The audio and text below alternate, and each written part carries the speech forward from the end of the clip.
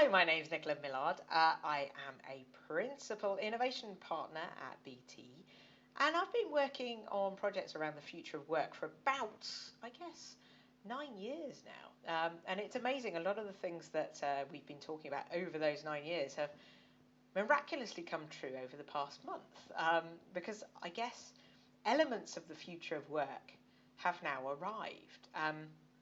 It's quite interesting. Things like home working.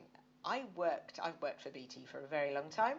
Uh, our first home working experiment was back in 1992 when we got 11 volunteer directory inquiry advisors to actually work from home.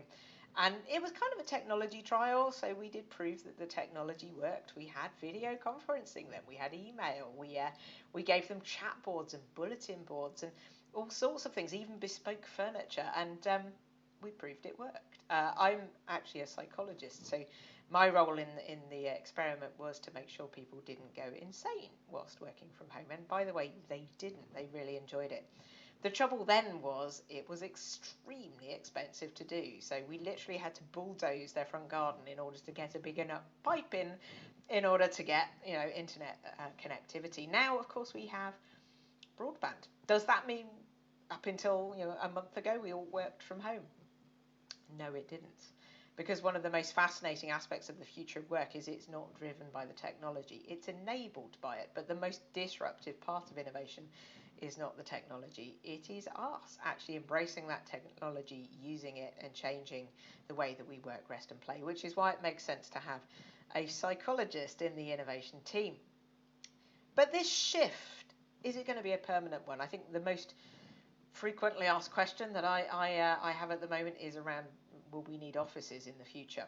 And that's an interesting question because I think prior to COVID, I always regarded the office as a place where people socialised about work rather than necessarily did work. And we were seeing this revolution in office design, which really did promote things like collaboration. So the flexible, open plan, kind of activity-based work where people moved around, and depending on the activity, whether it was quiet or noisy, they went to a different space in the office. But the pivotal aspect was it was where we went to see people and meet people and collaborate. COVID's actually turned that completely on its head. Because we have one massive problem as we go into the future of the office, and that problem, whilst the virus is still around, is social distancing. And that means actually offices are going to be rather different places because they will be places where we go into if we have no other alternative, or if we have a lot of paper and no digital processes to deal with it, or we have big equipment that can't be used from home, or we need a locked door, we need secure premises. It's not necessarily a place that we go to work anymore. And I think with this massive global experiment that we're all experiencing at the moment, and many of us are effectively working from home. But I think we've all also discovered, those of us that are lucky enough to be able to work from home, that home working, although we've been able to do it for a very long time, is quite hard. And actually we are probably going to come out of this crisis with maybe a fresh appreciation of face-to-face. But will we need offices? Because actually the default is likely to flip from, previously we would probably have asked for permission to work from home. Now, because of biosecurity measures, we may have to ask permission to go to the office.